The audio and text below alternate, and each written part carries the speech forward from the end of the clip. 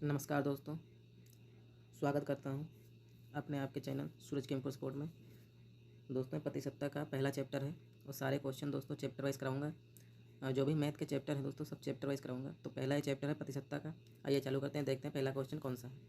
तो पहला क्वेश्चन है, यदि ए का 80% बराबर बी का 50% है और बी ए का x% है तो x का मान ज्ञात करें। दोस्तों कुछ नहीं, सिंपल क्वेश्चन है। आगे के चैप्टर वाइज कराऊंगा दोस्तों, शुरुआत का क्वेश्चन है और चैप्टर वाइज कराऊंगा दोस्तों। सारे क्वेश्चन प्रतिशतता के कराऊंगा, चैप्टर वाइज मैथ कराऊंगा दोस्तों, तो आप वीडियो में बने रहें।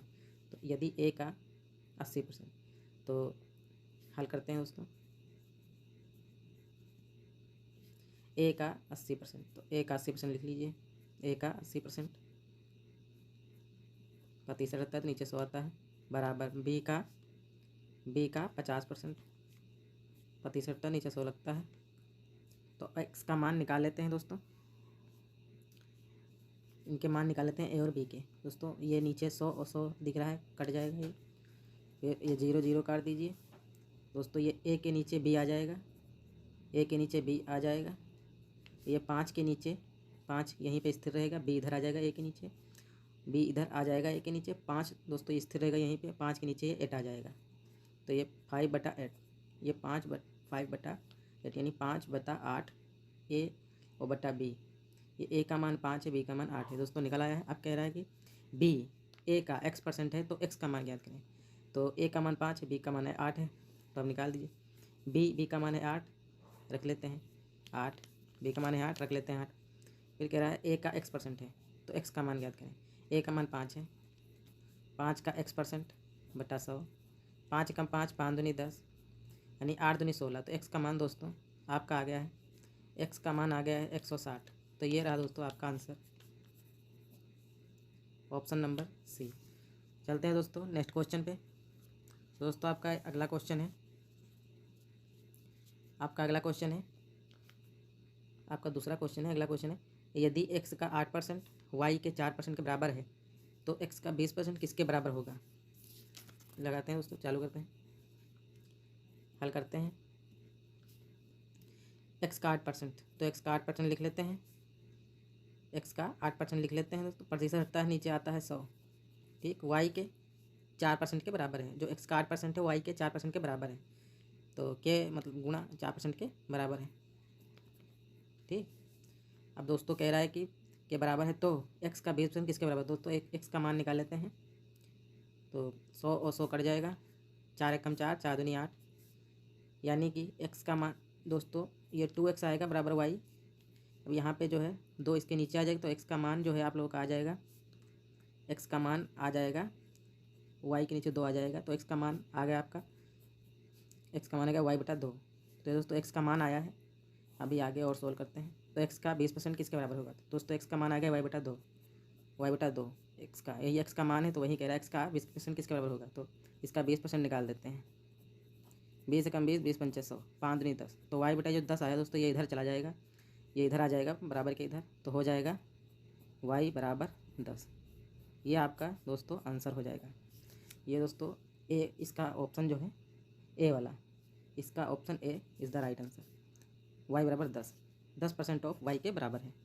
तो चलते हैं नेक्स्ट क्वेश्चन की तरफ। दोस्तों नेक्स्ट क्वेश्चन है, एक व्यक्ति जो है अपनी आय का 66 सही 2/3% खर्च करके 1200 रुपये मासिक बचत करता है, तो उसका मासिक खर्च क्या होगा। दोस्तों हल करते हैं। एक व्यक्ति आय का, दोस्तों इसको फ्रैक्शन में चेंज कर लेते हैं। 66 सही 2/3% को फ्रैक्शन में चेंज करेंगे तो 2/3 आएगा दोस्तों। कैसे देख लेते हैं। 3 छक 18, 3 छक 66 गुणा 3 से कीजिए तो हो जाएगा 198। 198 2 जोड़ेंगे तो हो जाएगा 200, और ये नीचे आ जाएगा 300, और 63 के नीचे लगेगा 300, तो ये 0 0 कट जाएगा, तभी आ जाएगा 2/3। तो ये दोस्तों इसका फ्रैक्शन है, फ्रैक्शन मेथड है, और 2/3 आ गया है।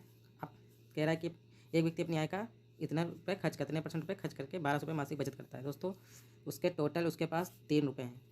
अगर उसने 2 खर्च कर दिए तो बचत कितनी हुई, 1 की हुई। वो कह रहा है इसमें मासिक बचत 1200 की है, तो 1 की वैल्यू 1200 के बराबर है। 1 की वैल्यू 1200 के बराबर है, तो कह रहा है उसका मासिक खर्च क्या है। दोस्तों खर्च जो है करता है कितना, 2 रुपये। तो 2 वैल्यू 1200 कितने की हो जाएगी, 2 की वैल्यू 1200 कितनी हो जाएगी, 12 दूनी 24। तो ये रहा दोस्तों इसका तीसरे का वाले का आंसर है ऑप्शन नंबर बी। बढ़ते हैं दोस्तों अपने नेक्स्ट क्वेश्चन की तरफ। तो नेक्स्ट क्वेश्चन है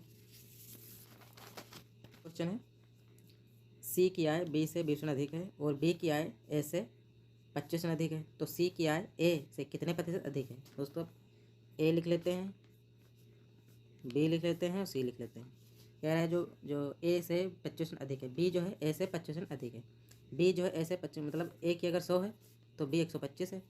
और कह रहा है यहाँ पे सी की आय बी से 20% अधिक है, बी से 20% अधिक है, तो बी की आय कितनी है 125, इससे सी की 20% अधिक है। तो निकाल लेते हैं 25 पंचे 125, 25 चक्कू 100, 4 एकम 4, 4 तियाँ 12, यानी 5 तियाँ 15। तो सी की आय कितनी आ गई 150, बी की आय सी की 150, बी की 125, ए की आय 100। तो कह रहा है अधिक है, तो कह रहा है सी की आय ए से कितने प्रतिशत अधिक है। सी की आय जो है ए से कितने प्रतिशत, जो सी की आय है सी की आय ए से कितने प्रतिशत अधिक है, कितनी अधिक है। ए जो सी जो है ए से 50 अधिक है, पूछ रहा है कितने प्रतिशत है अधिक। तो 50 का 50 गुणे 100 बटा कहाँ से 100 से, तो कितना आ गया 50%। 50% दोस्तों अधिक है। यह था आपका option number B is the right answer. Next question है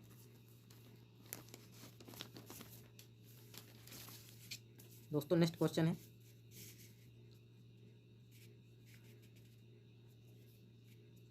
है एक विद्यालय में 70% विद्यार्थी लड़कियां हैं। एक विद्यालय में 70% विद्यार्थी लड़कियां हैं, लड़कों की संख्या 510 है, तो स्कूल में कुल कितने विद्यार्थी हैं। एक विद्यालय में विद्यालय में जो है 70 विद्यार्थी लड़कियां हैं, 70 विद्यार्थी क्या हैं लड़कियां हैं। अगर 70% 100 में से 70 लड़कियां मतलब गर्ल हैं, 70 गर्ल हैं, तो बॉय कितने हैं, बॉय 30 हैं। बॉय कितने हैं, बॉय 30 हैं। तो स्कूल में कुल कितने विद्यार्थी हैं, लड़कों की संख्या है 510, तो स्कूल में कुल कितने विद्यार्थी हैं अभी निकाल लेते हैं। लड़के कितने हैं 30 हैं, तो 30 की वैल्यू 510 है, 0 से 0 कटा, 3 एकम 3, 3 से 21, यानी 1 की वैल्यू 17 आ गई, 1 की वैल्यू 17 आ गई। तो कह रहे हैं कुल कितने विद्यार्थी, कुल 100 माना था, कितने में था कुल 100 माना था, तो 100 का जो है मल्टीप्लाई कर दीजिए 17 से, तो आपका आंसर आ जाएगा 1700। तो ये था दोस्तों option number B is the right answer. चलते हैं नेक्स्ट क्वेश्चन की तरफ।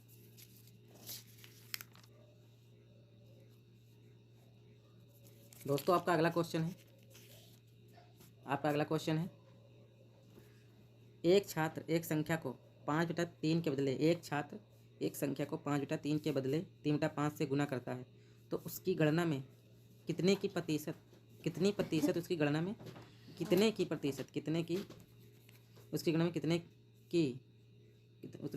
कितने प्रतिशत की त्रुटि होगी। तो दोस्तों इसका क्वेश्चन तो आप निकाल लेते हैं। एक संख्या है, पहले हम इन दोनों का एलसीएम निकाल लेते हैं दोस्तों। ये लिख लेते हैं 5/3 और 3/5। दोस्तों इनका एलसीएम ले लेते हैं। तो इसकी जो इसका एलसीएम आएगा दोस्तों, वो आएगा, इसका एलसीएम दोस्तों जो आएगा, इसका एलसीएम ले लेते हैं पहले दोस्तों। हाँ संख्या हम मान लेते हैं, एलसीएम जो लेंगे वही एक संख्या आएगी दोस्तों। तो इसकी संख्या जो हम मान लेते हैं, इसका जो एलसीएम आएगा वही दोस्तों हमें संख्या होगी। तो 5 या 15 इसकी संख्या हो गई। तो अब इसको हम दोस्तों निकाल लेते हैं, इनकी संख्या है 3 एकम 3, 3 पचे 15, तो 5 25 ये हो जाएगा, और 15 इसका भी, तो मैं 5 एकम 5, 5 या 15, 3 या 9, ये दोस्तों इसकी 9 संख्या ये भी निकल जाएगी। तो पूछ रहा है त्रुटि कितनी की होगी। तो पहले दोस्तों कितनी थी, मतलब पहले थी जो 5/3 है ना, किसी एक संख्या को जो है 5/3 के बदले 3/5 से गुना करता है, तो उसकी जो है गणना में कितने प्रतिशत की त्रुटि होगी। दोस्तों ये देख लीजिए कितने प्रतिशत की त्रुटि होगी, कितना कम है दोस्तों, देख लीजिए कितना कम है, 16 कम है। 16 गुणे 100 बटा 16 गुणे 100 बटा कहाँ से दोस्तों, कितने की त्रुटि हुई और कहाँ से हुई, 25 से हुई। कहाँ से हुई है, 25 से हुई, तो 25 नीचे लिखते हैं। 25 कम 25, 25 चक्कू 100, 16 चक्कू 64, ये इसका आंसर दोस्तों डी इसका राइट आंसर हो जाएगा। चलते हैं दोस्तों नेक्स्ट क्वेश्चन की तरफ। दोस्तों इसका नेक्स्ट क्वेश्चन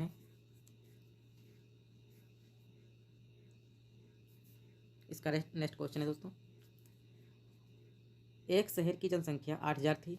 एक वर्ष में पुरुषों की संख्या 10% तथा महिलाओं की संख्या 8% बढ़ जाती है, लेकिन कुल जनसंख्या 9% बढ़ती है। कुल जनसंख्या 9% बढ़ती है। कुल जनसंख्या 9% बढ़ती है, तो शहर में पुरुषों की संख्या क्या होगी? बहुत सरल दोस्तों, हल करते हैं। एक शहर की संख्या 8,000 टोटल है। इसमें 10% संख्या में 10% तथा महिलाओं की संख्या 8% बढ़ जाती है। मतलब पुरुषों की संख्या 10% बढ़ती है, महिलाओं की संख्या 8% बढ़ जाती है, लेकिन कुल जनसंख्या जो है 9% बढ़ती है।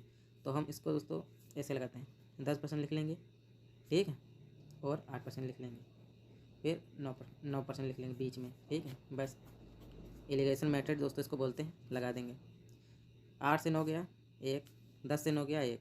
दोस्तों 1:1 जो है, अनुपात में इनकी संख्या आई है बराबर बराबर है।